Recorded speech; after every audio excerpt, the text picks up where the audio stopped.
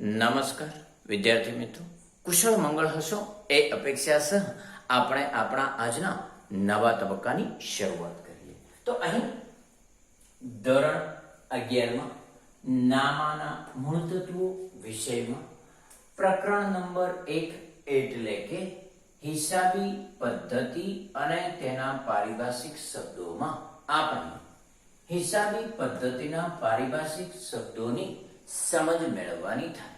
અહીં મેં 3 પારિભાષિક શબ્દો રજૂ કર્યા છે, પણ આ 3 પારિભાષિક શબ્દો આજે આપણે જે સમજવાના છે એના પહેલા આપણે કંઈક પારિભાષિક શબ્દોની સમજ મેળવી ચૂક્યા છીએ. એ હું રજૂ કરું ને તો એમાં પ્રથમ ક્રમે ધંધાકીય વ્યવહાર, પછી બનાવ, પછી મૂડી, પછી ઉપાડ, પછી જવાબદારી. મિત્રો, જવાબદારીમાં તો આપણે ઊંડાણપૂર્વક આગળ વધ્યા હતા કે નહીં, એના પ્રકારો જોયા હતા. પ્રકારો હું રજૂ કરું ને તો આ પ્રમાણે થાય કે સંબંધ આધારિત 2 પ્રકાર: આંતરિક જવાબદારી, બાહ્ય જવાબદારી.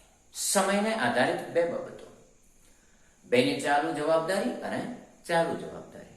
એના પછી મિલકતો અંગેનો અભ્યાસ કર્યો હતો. મિલકતોમાં પણ મુખ્ય પ્રકાર, પેટા પ્રકાર બધાને આપણે અહીં રજૂ કરીએ ને તો આ પ્રમાણે હતું: બેની ચાલુ મિલકતો, દ્રશ્ય મિલકતો, અદ્રશ્ય મિલકતો, ચાલુ મિલકતો, પ્રવાહી મિલકતો, વાસ્તવિક મિલકતો અને અવાસ્તવિક મિલકતો. હવે આપણે આજે 3 પારિભાષિક શબ્દો અહીં રજૂ કર્યા છે, એમાં ઊંડાણપૂર્વક અભ્યાસ કરવાનો થાય. તો જોઈએ, પહેલા ક્રમે છે આવકો. મિત્રો, આવકો એટલે સામાન્ય અર્થમાં આપણે એમ સમજી શકીએ કે કંઈક આવક પ્રાપ્ત થઈ છે, કંઈક મળ્યું છે. ધ્યાન રહે કે અહીં હિસાબી પદ્ધતિ એનો શું અર્થ રજૂ કરે છે તો જોઈએ. લખે છે, ધંધા દ્વારા કરવામાં આવેલ વ્યવહારના પરિણામ સ્વરૂપે જે કોઈ રકમ પ્રાપ્ત થાય તેને આવક કહેવામાં આવે છે. કોના દ્વારા?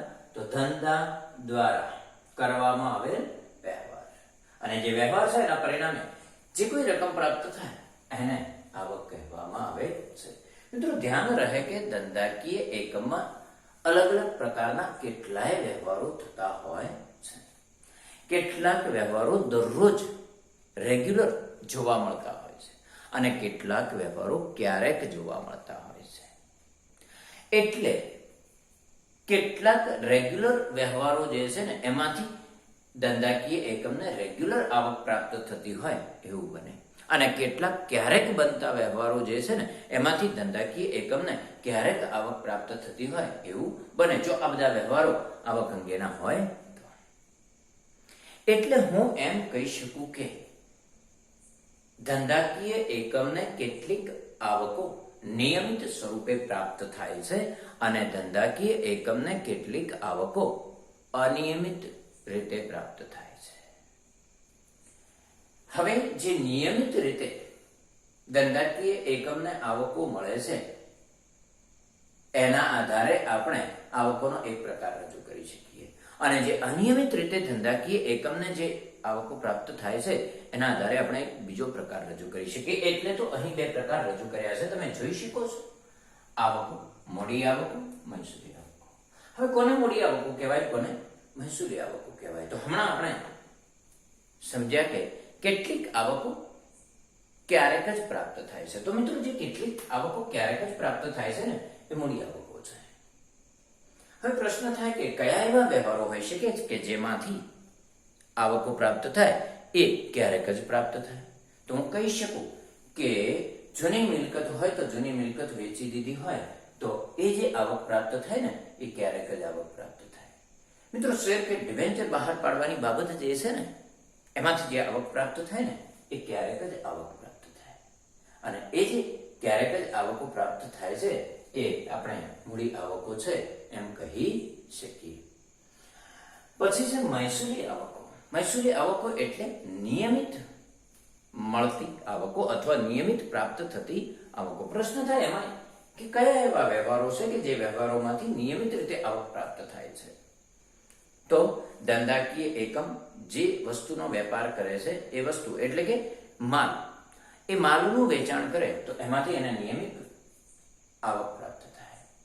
ધંધાકીય એકમ માનો કે કોઈ સેવાકીયની બાબત ધરાવતો હોય તો એ સેવાનું વેચાણ કરે તો એમાંથી પણ એને નિયમિત રીતે આવક પ્રાપ્ત થાય છે, અથવા સેવા કોઈને આપે તો એને નિયમિત રીતે આવક પ્રાપ્ત થાય છે. એટલે કે અહીં હું કહી શકું કે કમિશન અંગેની આવક અથવા મળેલ કમિશન, મળેલ દલાલી, મળેલ વટાવ, આ બધા જે મુદ્દા છે ને એ અહીં મહેસૂલી આવકોમાં આપણે મૂકી શકીએ. ધ્યાન રહે કે મહેસૂલી આવકો જે છે ને એ ધંધાકીય એકમનો નફો કે નુકસાન નક્કી કરી શકે છે, અથવા ધંધાકીય એકમનો નફો કે નુકસાન નક્કી કરવા માટે મહેસૂલી આવકોનો આધાર લેવામાં આવે છે.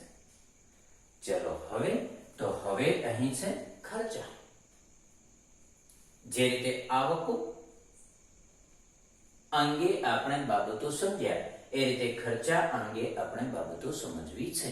તો જોઈએ શું કહે છે. તો લખે છે કે ધંધા દ્વારા કરવામાં આવેલ વ્યવહારોને પરિણામે નાણાં ચૂકવવામાં આવે તેને ખર્ચા કહે છે. મિત્રો ધ્યાન રહે કે આ અર્થ આના જેવો જ હશે, ખાલી ને ખાલી બે વિરુદ્ધ શબ્દો છે. જો હા, ધંધા દ્વારા કરવામાં આવે તો ધંધા દ્વારા કરવામાં આવે વ્યવહારના, તો અહીં વ્યવહારોને, પરિણામ તો પરિણામે, અહીં પરિણામ સ્વરૂપે જે કોઈ રકમ પ્રાપ્ત થાય અહીં નાણાં ચૂકવવામાં આવે. કારણ આવકો છે એટલે નાણાં અથવા રકમ પ્રાપ્ત થાય એવી વાત છે, અહીં નાણાં ચૂકવવામાં આવે એવી બાબત છે.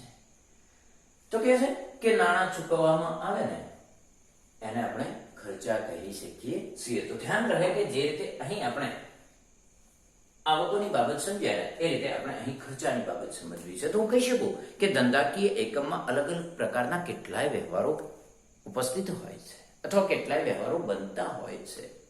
કેટલાક વ્યવહારો જે છે ને એના લીધે ધંધાકીય એકમને રૂટીન ખર્ચ થતો હોય છે, અને કેટલાક વ્યવહારો જે બનતા હોય છે ને એના લીધે ધંધાકીય એકમને ક્યારેક જ ખર્ચ થતો હોય છે. એટલે કે જે રીતે આવકો નિયમિત અને અનિયમિત હતી એ રીતે ખર્ચા પણ નિયમિત અને અનિયમિત એમ બે પ્રકારના છે. મિત્રો નિયમિત જે ખર્ચા થાય છે એ અહીં એક ચોક્કસ પ્રકાર સ્પષ્ટ કરે છે, અને અનિયમિત જે ખર્ચા થાય છે એ પણ અહીં એક ચોક્કસ પ્રકાર સ્પષ્ટ કરે છે. અને એટલે તો આપણે અહીં ખર્ચાના પણ બે પ્રકાર સ્પષ્ટ કરેલા છે. તમે જોઈ શકો છો, મૂડી ખર્ચા અને મહેસૂલી ખર્ચા. તો કોને મૂડી ખર્ચા કહેવાય એ આપણે પ્રથમ સમજવું છે. તો જે ખર્ચા ક્યારેક જ થતા હોય એ મૂડી ખર્ચા છે. જે રીતે જે આવકો ક્યારેક જ પ્રાપ્ત થતી હોય એ મૂડી આવકો છે એમ કહી શકાય, બરાબર. એ રીતે અહીં જે ખર્ચા ક્યારેક જ થતા હોય એ મૂડી ખર્ચાની શ્રેણીમાં મૂકી શકાય. હવે કયા એવા વ્યવહારો છે કે જેથી અથવા એ વ્યવહારોથી ક્યારેક જ ખર્ચ થતો હોય? તો કહી શકું કે મિલકત ખરીદવામાં આવે અને રકમ ચૂકવવામાં આવે તો ક્યારેક જ ખર્ચ થાય છે. માનો કે કોઈ લાંબા ગાળાનું દેવું હોય ને દેવું ચૂકવવામાં આવે તો એ ક્યારેક જ ખર્ચ થાય છે. તો આવા જે ખર્ચા છે ને એ અહીં મૂડી ખર્ચાની શ્રેણીમાં મૂકી શકીએ. મહેસૂલી ખર્ચા એટલે રેગ્યુલર થતા ખર્ચા, નિયમિત રીતે થતા ખર્ચા. ધંધાકીય એકમ ચલાવવા માટે નિયમિત રીતે કાયમી ધોરણે કેટલાક ખર્ચા કરવા પડતા હોય છે. તો એ ખર્ચા માટે હું એમ કહી શકું કે પગારની ચૂકવણી છે, વીમા પ્રીમિયમની ચૂકવણી છે, સ્ટેશનરી અને છપાવણી ખર્ચની ચૂકવણી છે. તો એ અહીં આપણે મહેસૂલી ખર્ચામાં મૂકી શકીએ. ધ્યાન રહે કે જે રીતે મહેસૂલી આવકો છે એ ધંધાકીય એકમનો નફો કે નુકસાન નક્કી કરવા માટે આધારરૂપ હતી ને એ રીતે મહેસૂલી ખર્ચા પણ ધંધાકીય એકમનો નફો કે નુકસાન નક્કી કરવા માટે આધારરૂપ છે, અથવા તો નફો કે નુકસાન નક્કી કરવા માટે ઉપયોગી છે. મિત્રો હવે આવકો અને ખર્ચા પછી અહીં છે પ્રસારિત મહેસૂલી ખર્ચા. ધ્યાન રહે કે અહીં પ્રસારિત ઉપર હાથ મૂકી દેવામાં આવે ને તો મહેસૂલી ખર્ચા ઉપર છે એ જ છે. અહીં વધારાનો એક શબ્દ આવી ગયો અને એ છે પ્રસારિત. એટલે ખર્ચ જે છે ને એનો પ્રસાર છે. ખર્ચ જે છે ને એનો થોડોક ગાળો વિશેષ છે. શું છે? તો આપણે પ્રસારિત મહેસૂલી ખર્ચાને અવાસ્તવિક મિલકત કહી શકીએ. અને અવાસ્તવિક મિલકત અંગેનો મુદ્દો આપણે અગાઉ જોઈ ગયા છીએ. એટલે કે આપણે જાણીએ છીએ કે અવાસ્તવિક મિલકત કોને કહેવાય, જેનું ઉપજ મૂલ્ય શૂન્ય હોય, જેનું ભૌતિક અસ્તિત્વ ન હોય, એ આપણે અવાસ્તવિક મિલકતમાં મૂકી શકીએ. બરાબર, કે જે એક ખર્ચ છે અને એ ખર્ચ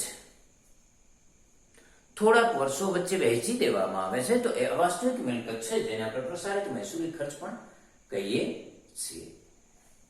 કઈ બાબત આવી હોઈ શકે? ઉદાહરણ તરીકે કંઈ લેવું હોય તો શું લઈ શકાય? તો હું એક બાબત અહીં સમજાવી શકું કે માનો કે તમારો એક ધંધો છે અથવા તમારી એક દુકાન છે અને બજારમાં તમે જાહેરાત કરવા માંગો છો અને એક આટલું મોટું બોર્ડ તમે ભાડેથી મેળવો છો. એનું ભાડું 5,000 છે. મિત્રો, 5,000 રૂપિયા એનું ભાડું છે.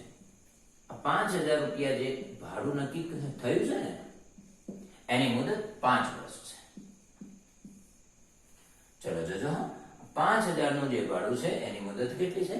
5 વર્ષની છે. એટલે હું કહી શકું કે 1 વર્ષના રૂપિયા 1,000 થાય ને,